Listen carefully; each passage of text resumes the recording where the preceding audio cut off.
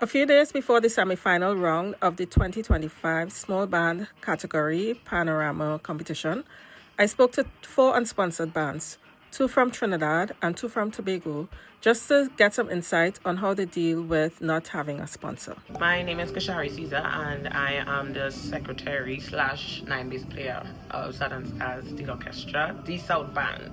We have been in operation for the past 8 years, and we took a chance and we went to Panorama in 2023, where we placed 9th in the finals, which was a great accomplishment. Right now our home is at Sudama's Big Yard. It is a construction slash contracting slash stockpile slash bar slash panyard and this has been our home for the past 6 years, and it has caused us to grow from strength to strength, and we are very grateful to our manager, Mr.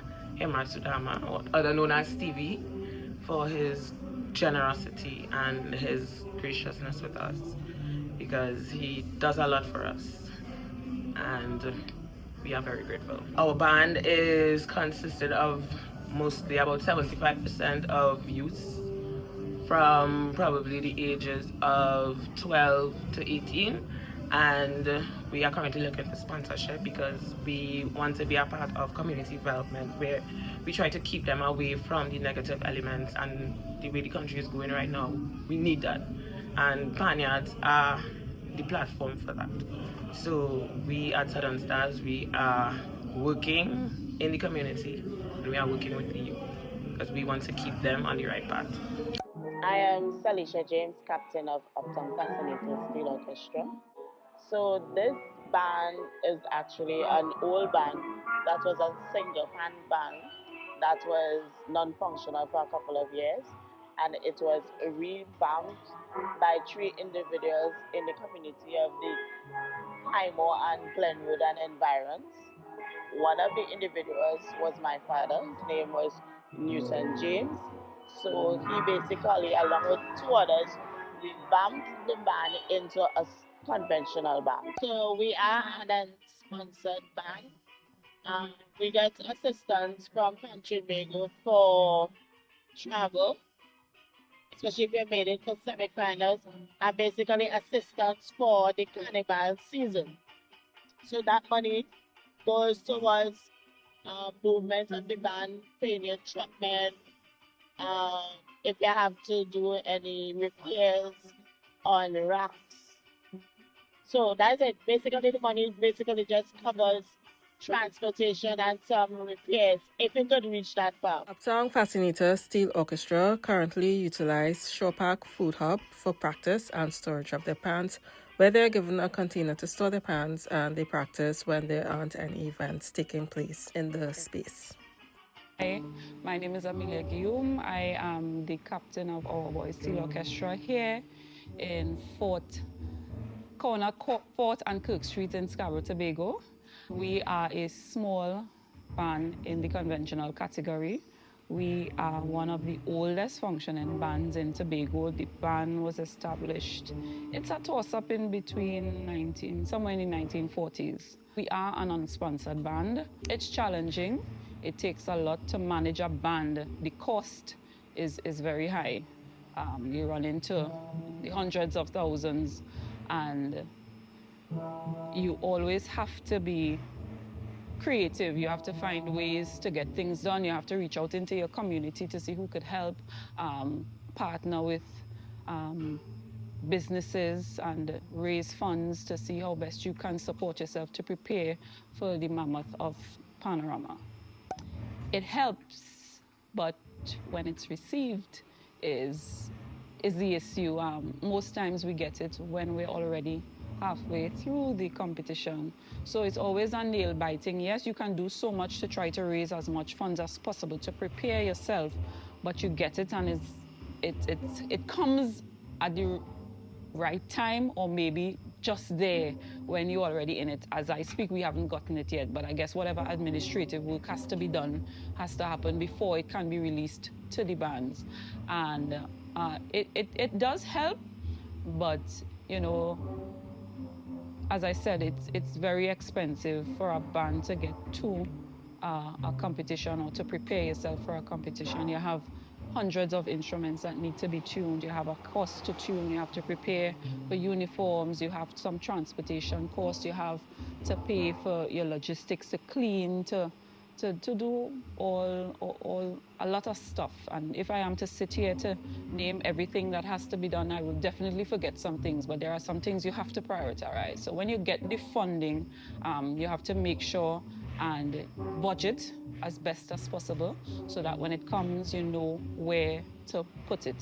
You have uniforms to pay for, you have decorations, it's a whole lot.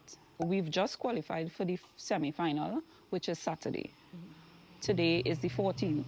That's 4 days away.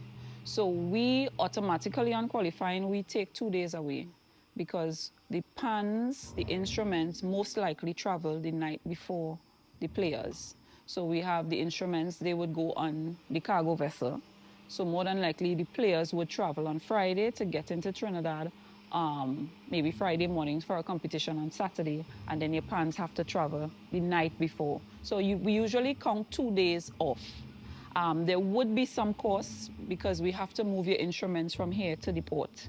So for us, fortunately, we can push some of the racks down to Scarborough, but we do get trucks to move for us, but some bands are not in close proximity. So you have to incur a cost to move your pans from your base to the port and back. We don't leave our instruments in Trinidad.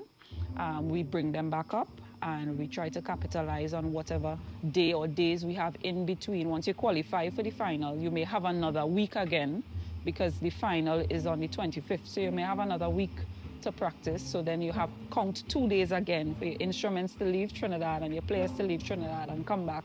And then you use that short window of time to prepare. Some costs that could be incurred out of that, there is a lot of wear and tear on your instruments, on the racks. The wheels, getting them on and off the boat is a challenge. So we get a lot of damage from that. You risk your pans, especially the bases, because we don't take the bases off the racks. You risk those sometimes they fall off. And then you know what happens when a pan falls, right? You have to see the tuner again. After each round, we try to get the tuner to come back and touch up because you want the best tonal quality of the instrument. So that's, of course, every round you have to get the tuner to come back and touch up. So that's some of the areas where we would really have a lot of cost in terms of that wear and tear on the instruments between Trinidad and Tobago, the transportation. Some bands in Trinidad will experience the same thing with transportation because you have to transport yourself from your base to the site of the competition. But as a Tobago band, I would say, well, Pan Trinbago takes care of the accommodation and the meals. But it's exhausting. The traveling, it is exhausting, but the players have heart. You know, we're going for a competition. It's a musical war, so everybody is, you know, looking forward to doing it. You're excited, you're going eager, you're hungry, you want to win, you want to go and show up and represent Tobago. And Tobago seems to be dominating in the small category if you look closely over the past few years. And we have all 8 bands qualifying for the semis, so that says a lot. Yeah, the top 2 bands are from Tobago, so it's something to look at.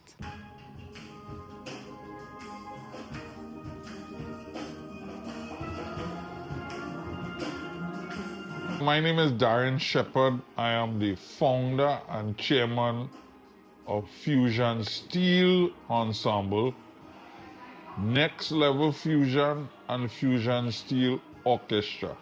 We are based in Fontlais, Spaniard, because we have some issues in terms of acquiring appropriate space for a band, which is a challenge, especially in new communities.